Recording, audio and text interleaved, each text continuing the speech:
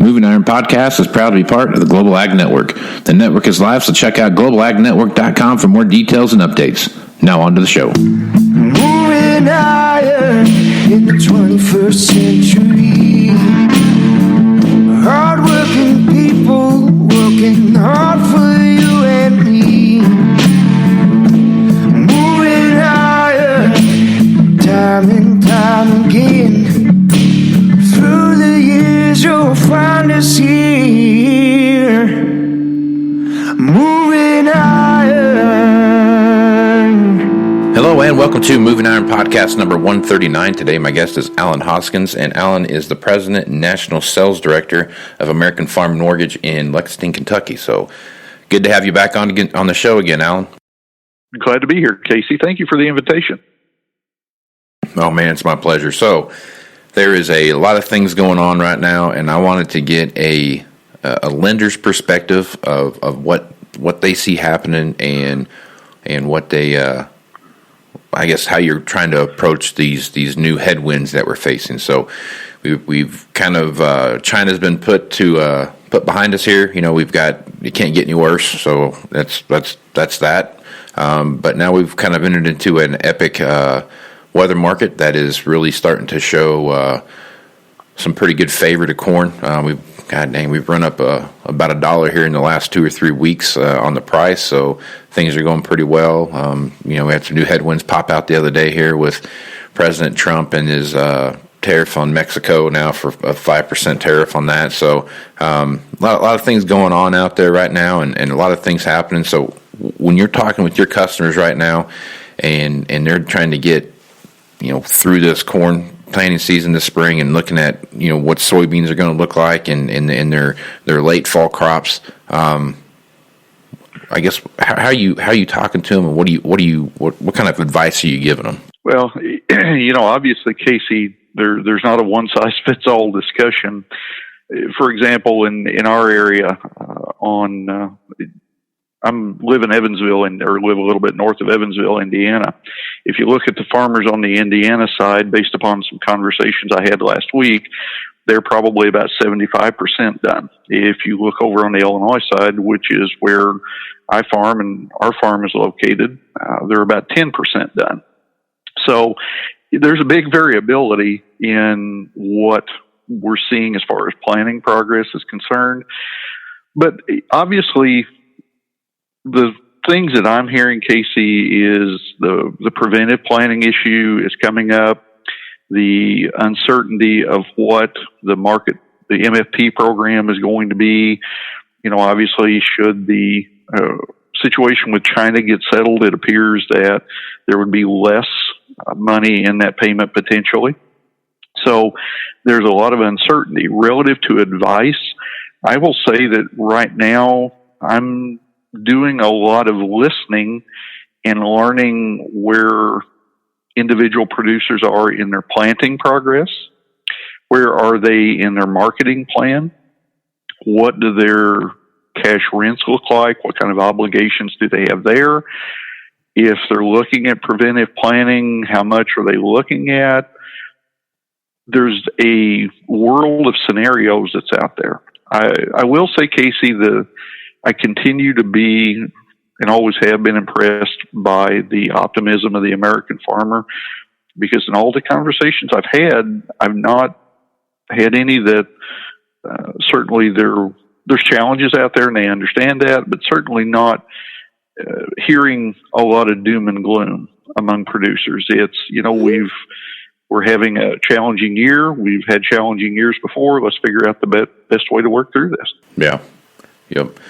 Okay, so let's talk about from your perspective. Let's talk about that prevent plant stuff for a minute. So when you look at prevent plant and what you're doing there, so you hear stories all over the place. Obviously, the news always gets to the worst possible scenario you can see out there. But one thing that's popped up more than once in that scenario is that a lot of these folks that are going to take prevent plant, what their prevent plant payments are going to be, more than likely won't cover the cash rent that they have in some of the more expensive ground areas. For example, Iowa, Illinois, Indiana, in those areas. So talk about that a little bit, and how would you go about approaching something like that with a customer of yours? Great question, Casey. The first thing that I'd want to do is sit down with them and let's look at the operation as a whole, and let's look at the amount of preventive planning they're going to be doing. In situations where they're heavily dependent upon rented land, and it's on a very high end of the spectrum as far as the amount of premium the amount of cash rent that they're paying, then I would want to sit down with them. Let's look at what the preventive planning claim would be if they went and did not put a crop in after. Let's look at what potentially it would be if they came back and maybe went soybeans instead of corn. Let's look at historically, say they do plant corn after the cutoff date. Obviously there is a reduction in indemnity there. I would want to run the numbers with them and let them look at the numbers. Let's take worst case scenario. Let's say, Casey, that there's a situation where legitimately they're just not going to be able to plant. Obviously, then the discussion becomes if there's going to be a shortfall due to that. Is that shortfall able to be covered through existing working capital? Potentially, do we need to look at debt restructuring? I think you look at everything from the best case to the worst case scenario with the individual producer. Let them see the numbers, work through it with them. Also, the discussion, obviously, I think then continues to how do they have that discussion with their landlords? Do they have potential risk if they're on a year-to-year contract with a landlord if they don't plant something?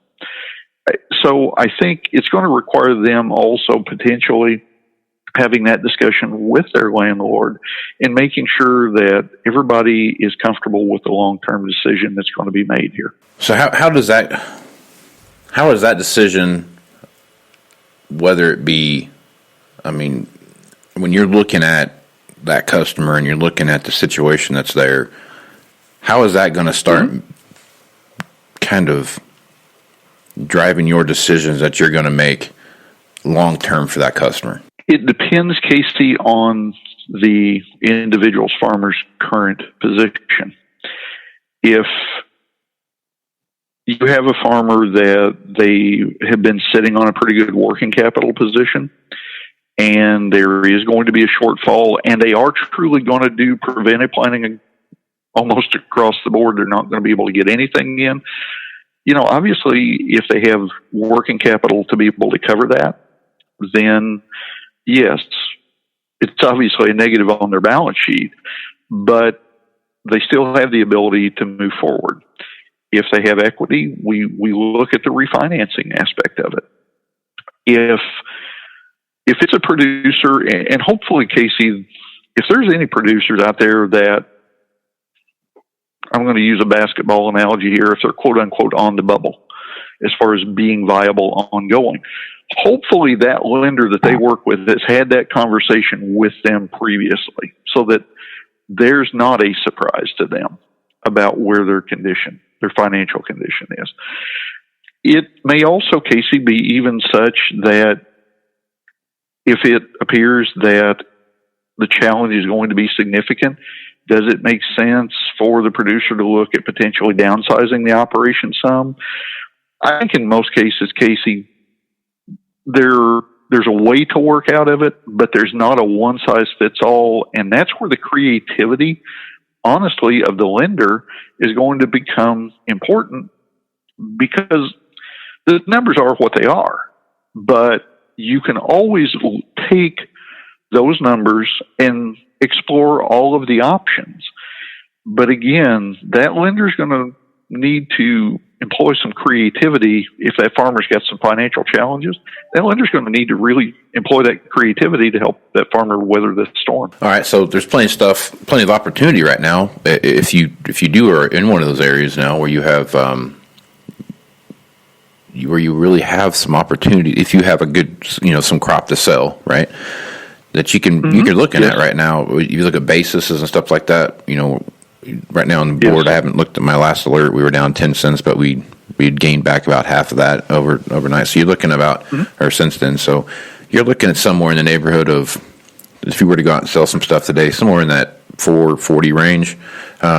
considering basis and what you have, you could be, forward contracting some corn at $4, and that's a lot better situation than we've been here in the last. Well, since the last time it was $4, which was this time last year, right? Yes, sir. So, what are some of the conversations you're having with guys now that might be on that bubble of, man, I'm gonna go ahead and forward contract some, or I'm gonna kind of buy some hedges or whatever they're gonna do, some puts and some calls and those kind of things. What kind of conversations are you having with them, and then how are you working with them when it comes to their marketing plan? Well, first of all, Casey, I hope this scenario was somewhat previously addressed in their written marketing plan that they developed earlier this year when they were putting their numbers together. Because if that written marketing plan was already in place, they've already been moving forward to execute some strategies to be able to lock in some profitability. So, candidly, if we're just now having that type of discussion with a borrower, it probably means there was not an active written marketing plan in place, or the written marketing plan that did exist has probably not been executed in the way it was intended to be. So I would say in this particular case, farmers are potentially, if they've got some corn in the ground and they've got some good potential that they think to make that crop, they've kind of been given a little bit of a reward for not doing some things that would have been prudent for them to do a couple of months ago. So definitely we would be having a discussion with that borrower. Basically, it might sound something like, so what is your target sales price? What is your break even? Obviously, if it's a borrower that we've been working with for an extended period of time, we should already know that. But if it's a new potential prospect, if they know where their break evens are, I think it's a great discussion point as to what are the limiting factors to keep you from putting some positions in place today to guarantee you some profitability. If they don't know their profitability point, then we back the discussion up a little bit more and started at a little more basic level, and we work through it so that at the end of the day, Casey, they are the ones making the final decision. A banker should never, and I want to underline that word never, be telling a farmer, you should be doing X. The banker's role is to work through the numbers with them, have discussions with them in such a way that maybe the producer considers something that they hadn't thought of before. But Casey, the farmer's the one with everything on the line. And the banker's job is to provide them information, provide them suggestions and guidance, but never get to the point of where they say, look, you need to be selling corn today. Because we don't know what the market on corn is going to do. And I think that discussion is extremely important, but also both the farmer and banker need to be in alignment that the banker serves as an advisor, not a manager. Okay, so there's a lot of technology out there, and we talk about this a lot when you're on, and you kind of look across the landscape right now, and especially in this environment that we're in right now, planter technology, planter speed, placement, all that stuff is actually probably the most important it's ever been in this year, more than anything. I think this is a good selling tool for a lot of equipment guys when you start talking about high-speed planters and those kind of things. So yes. when you're looking at technology and you're sitting down talking with a customer and they may not be ready to go to that next level of technology, when you have that conversation with them, are you ever kind of pushing them in the direction of, hey, man, this is a good time for you as your operation grows to start looking at some of this different technology? Do you ever have that conversation with folks? Yeah, absolutely. And how typically, Casey, that conversation may sound would be something to the effect of, tell me how you're utilizing the technology that's available today to help you be more efficient in your planning. Tell me some of the options that you have on your planter that you feel have been a difference maker in the last couple of years, and more importantly, this year, of being able to either get the crop planted a little more timely or efficiently, or with a little better singulation. The first thing that I'd want to do, Casey, is have them kind of explain to me what their theory has been before I start giving any thoughts and advice, because candidly, there will definitely be situations, Casey, where when I ask that question, what I end up taking away from that meeting is knowledge that I didn't have before. Maybe there's a producer there that's doing something completely different with the technology in his planter that I haven't seen before. And I can then take that and also be able to share that with others. Or if that producer's on the other end of the spectrum, let's say that they've not been utilized in technology, I can say, well, have you looked at what the possible change in yield would be by increasing your singulation? Have you looked at what your efficiency would be if you're running a little bit higher speed planter? Say you can run at 7 miles an hour instead of 4.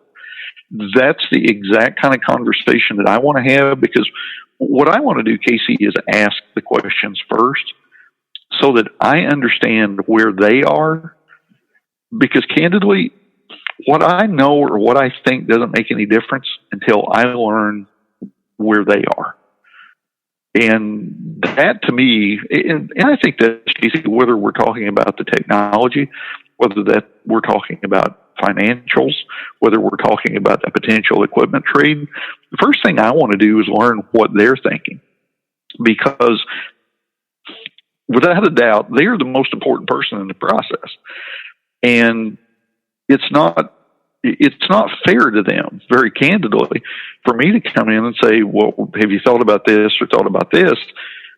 When the exact opposite may end up being true. I may be learning from them and have learned from producers and continue to learn from producers about ways of using technology different. But Casey, your point is very, very well founded. Today, that discussion, in my opinion, is one of the most important discussions that we should be having, because there are ways to increase efficiency and increase speed of technology. And I don't ever want producers to be fearful of having the discussion about, hey, I need to trade planters, or hey, I need to modify my existing planter. That's the exact kind of discussion we want to have with producers. Kind of a follow-up question here. When you look at planter technology, or air drill technology, or even just horsepower for that matter, right? Are you a fan of? This is a personal Alan Hoskins opinion question here. So, are you more of a fan of bigger and faster, or try to just do more? Like, for example, on an exact emerge planter, right? Let's just say that you do. You ran a 24-row 1770 that was just, the max emerge, the old max emerge stuff. Sure. Now you're looking at that same 24-row planter, but you make it a exact emerge, same 24 rows, but now you're going to be able to do probably about twice as much, maybe even a little more with that planter than you did beforehand. When you look at that from your personal perspective, are you more of a, I'll take my 24-row to a 16-row and just go faster and do the same amount of work, or I'm going to go ahead and jump to that 24-row and do twice as much work and get done faster? Sure. I think, Casey, my general thought, and again, as you said, this is a personal opinion, not a banker's opinion. If I look at myself personally, most of the time, Casey, I need to probably concentrate on being better before I get bigger. Now, there's a lot of things that factor into that, though. If I'm trying to make that decision, and I know that looking down the road there's going to be some additional acres, then I'm thinking go ahead and increase size potentially as well. If I were going to, or if I'm facing labor challenges where my time needs to be divided a little bit more, I need to be more efficient in what I do with my time. I've seen producers use that as justification for utilizing, going to a 24-row, say, over a 16-row. And honestly, I think that's a very smart, one producer I know in particular did that. I think it was one of the best decisions he'd made in a good while. So, Casey, I think that obviously then it comes into play as well. What size corn head do you have? If you're side dressing nitrogen, what size rigs you have there? So potentially that comes into play as well. But I think if I'm on the leading edge of technology and I'm doing a good job with my 16-year-old, maybe I've got some technology there, but I recognize there's increased technology, just as you said, changing the metering system, something to that effect. I think you look at that, and I would be, personally speaking, I would be prone to assuming that there's a potential justification for going up in size at the same time, and I wasn't going to strain my tractor horsepower, then yeah, I would probably have a tendency, Casey, to look at maybe upgrading that planter to a little bit bigger size as well. Yep. So there's lots of questions that I have about, okay, there's going to be some opportunities that kind of come up for some producers across the board, big or small. There's going to be plenty of opportunities for everybody that pop up. Folks are retiring, and those kind of things are popping up a lot. Mm-hmm. When you're talking with a producer now, and they have some opportunities that present themselves that may leverage them a little bit more than maybe they feel comfortable with, but it's the opportunity that maybe to get that adjoining section of ground next to them, or that quarter, or whatever it is, that kind of gives them that opportunity to really jump up to the next level. When you're having that conversation with a customer, how does that work?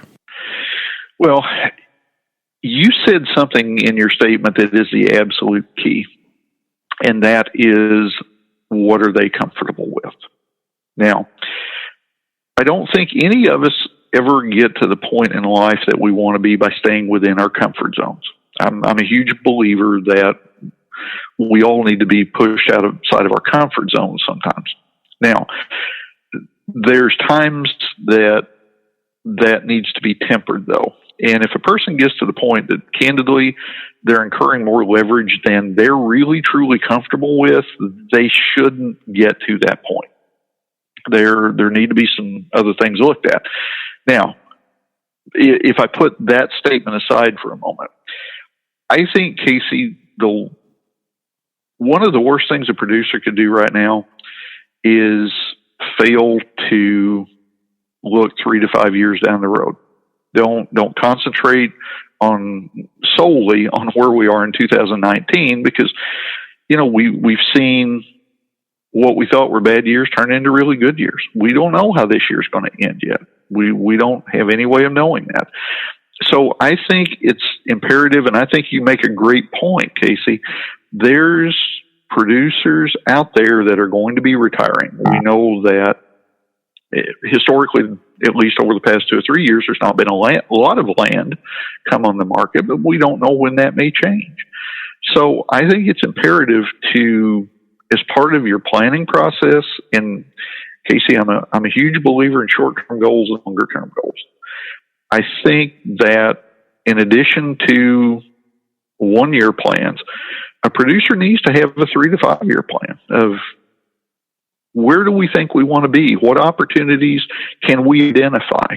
What farms do we know of in our area that we think may be coming up for rent or may be coming up for sale? I think it's imperative that those discussions be had, and that will help that producer, because if they do have a little bit of trepidation about incurring some additional leverage to acquire some additional land, having that conversation now, before that opportunity becomes available, is going to go a long way toward helping them feel more comfortable when the time comes to pull the trigger, if this is more of a long-term plan that they've worked through, as opposed to something that, well, I hadn't thought of this and it's kind of hitting me by surprise. Well, I really need to do this. So I think that long-term strategy needs to be thought through well. And one of the things, Casey, that I want to comment on a little bit, over the past 2 or 3 years, something that I've seen, and this is a fantastic trend. This is exactly what needs to happen. I have more and more discussions with producers today where they have, number one, a succession plan in place, or are in the process of developing one, or number two, they have that 3 to 5 year plan in place. Now, none of us have the perfect crystal ball. We know that 3 to 5 year plan is not going to materialize exactly as it's written. But just having the preparation and having the thought about what that may do from a financing standpoint, what additional equipment will they need? How will the financing for that occur? Those type things makes that producer much more comfortable in either exercising that option when it comes, or maybe Casey being more comfortable in declining the opportunity. Sometimes, I won't say this, and again, I'm making a personal statement here. Some of the best things I've ever done in life are what I didn't do, as opposed to what I did. And if you have that thought through before, say the farm's coming up for sale that you kind of want, but you work through numbers and you realize, you know what, right now is not the time.